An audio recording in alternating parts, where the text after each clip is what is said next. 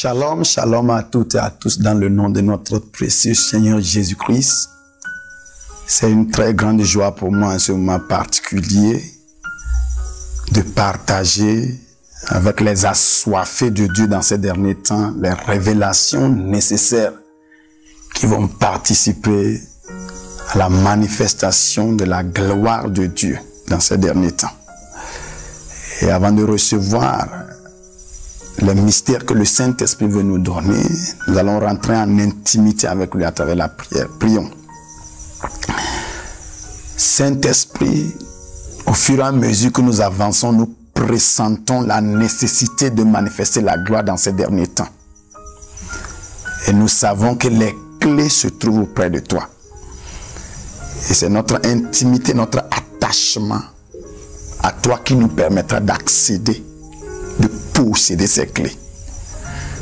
Nous demandons que ce message devienne une force d'attraction, éveille l'esprit de quelqu'un et l'amener à recevoir ce mystère que tu veux partager. Au nom de Jésus-Christ, nous avons prié. Amen. Je suis le berger James et je voudrais partager avec le corps de Christ un mystère, un secret que j'ai intitulé « Comment rendre créatrice ta parole ». Comment rendre créatrice ta parole. Le seul travail que Dieu fait, c'est de parler. Dieu ne fait que parler. Il a aimé parler jusqu'au point où il a accepté de prendre le nom, la parole. Mais il y a quelque chose que nous devons remarquer. Quand Dieu parle, et à chaque fois qu'il parle, quelque chose se passe. Quelque chose se crée. Quelque chose commence. Alors ce n'est pas qu'il est un bavard. Non. Toute chose qu'il a faite, il l'a fait grâce à la parole. Il parle et ça s'accomplit. Et nous devons savoir qu'il nous a fait à son image.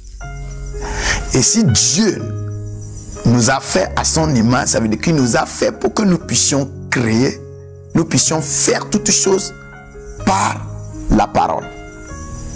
Nous allons comprendre quelque chose. Nous les chrétiens, nous parlons dans ces derniers temps, mais rien ne se réalise, rien ne s'accomplit.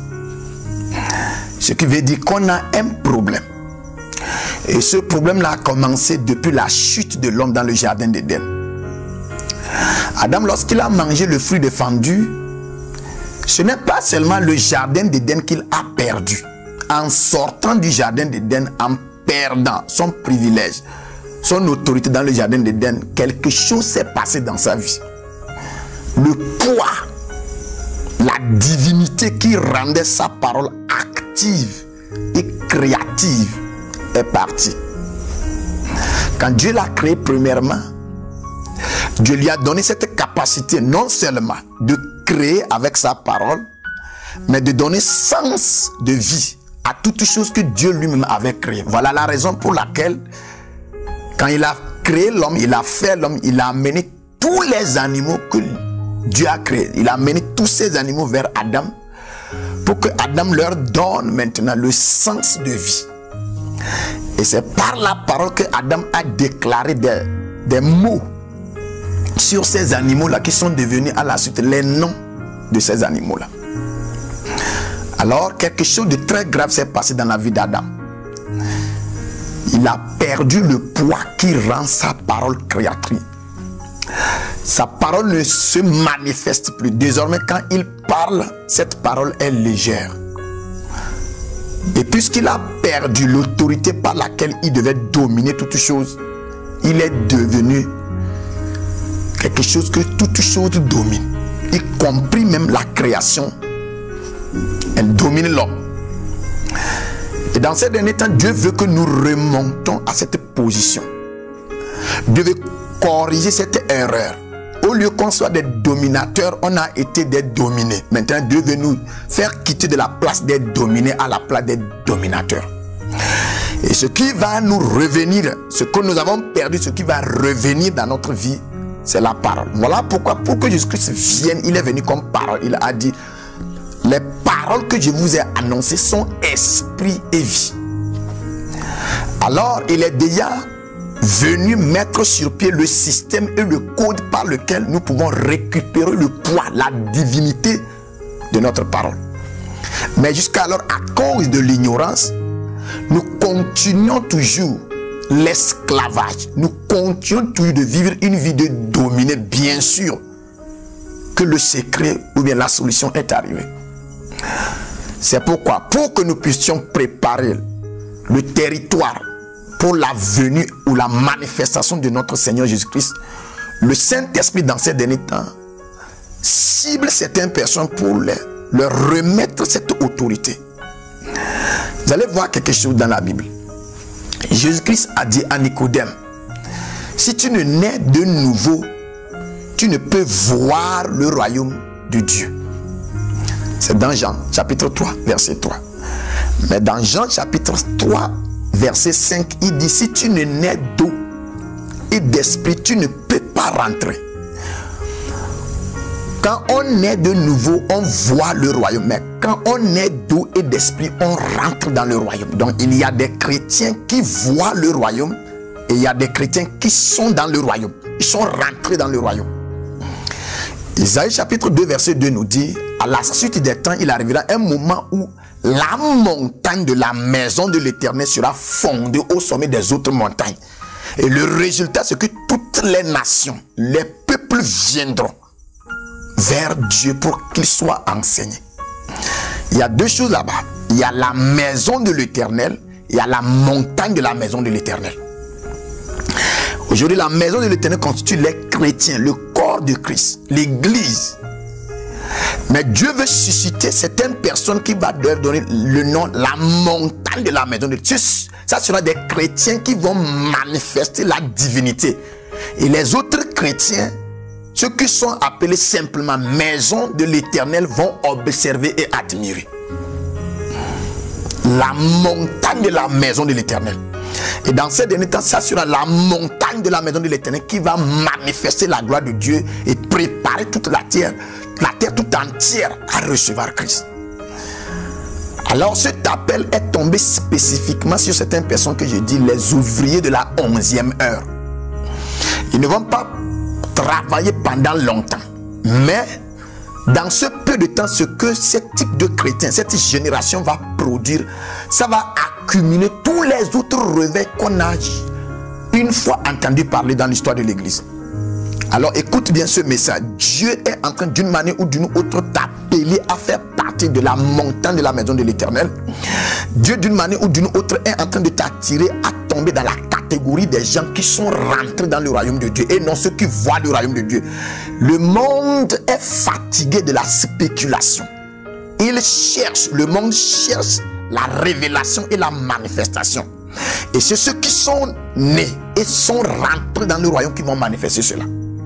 Alors quel est le secret, le code qui nous permettra de transformer notre parole qui ne vaut rien en une parole qui crée, la parole créatrice? Dans 1 Samuel chapitre 3 verset 18-19, vous allez voir que la Bible dit, Dieu était avec Samuel. Samuel grandissait, il était avec Dieu. D'une manière que Dieu a fait quelque chose. Dieu a fait que tout ce que Samuel disait, cela ne tombait pas à terre. On a reconnu Samuel comme un vrai prophète à cause de la véracité de sa parole. Le monde dans ces derniers temps connaîtra certains chrétiens qui sont venus de Dieu grâce à ce qui sort de leur bouche et comment ça se manifeste. Jésus veut nous guérir de cette plaie dans l'église. Il veut permettre que les chrétiens soient désormais ceux qui parlent et ça s'accomplit. Ceux qui décrètent les choses en un rien du temps, nous voyons cela s'accomplir.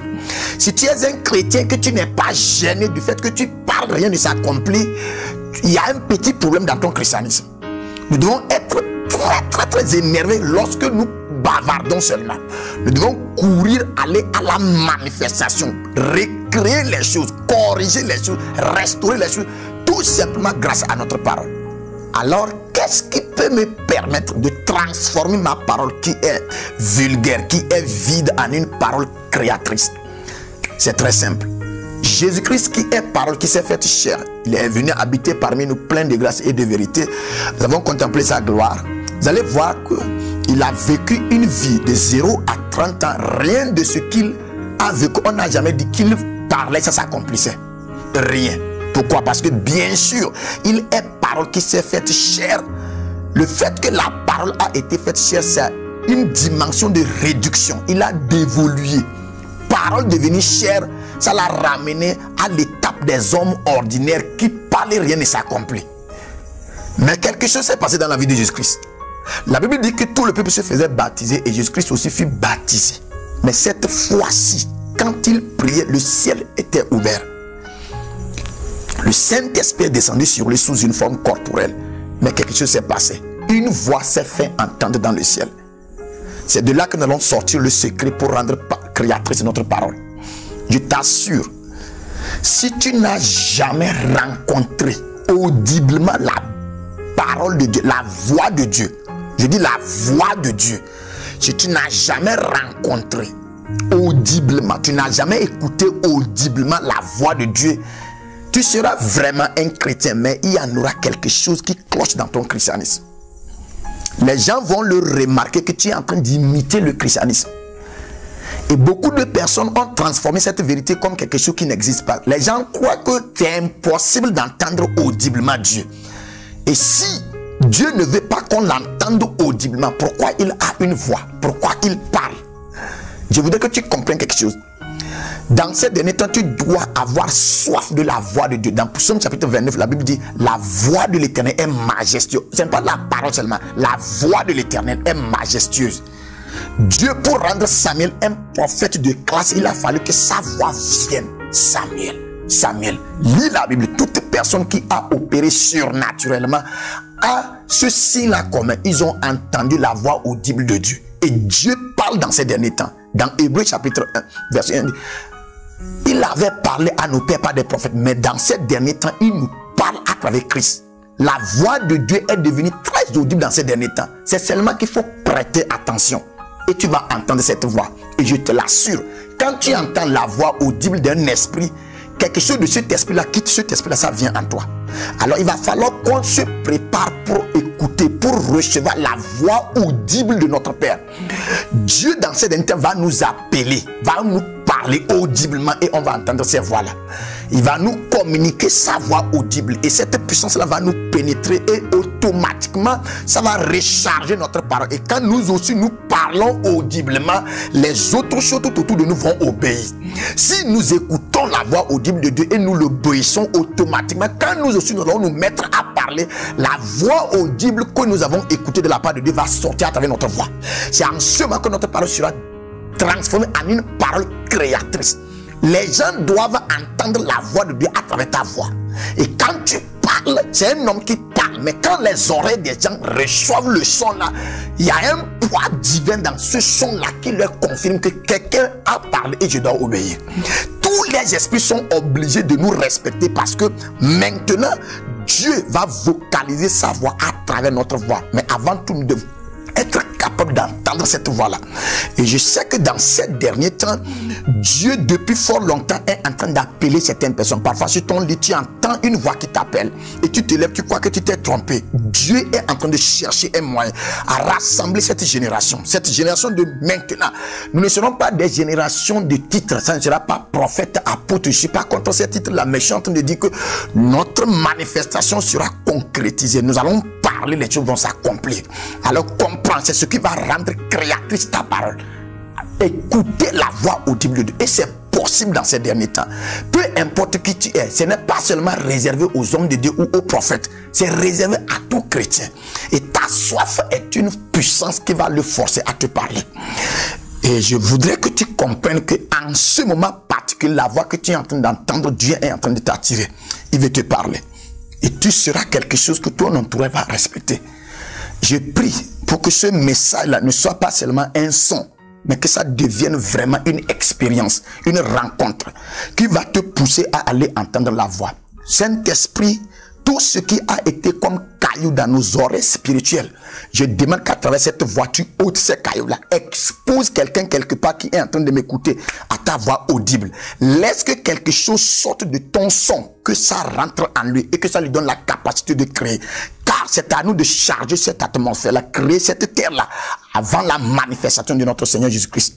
Seigneur Jésus-Christ, je sais que tu veux te révéler, mais c'est à nous de préparer ce chemin-là.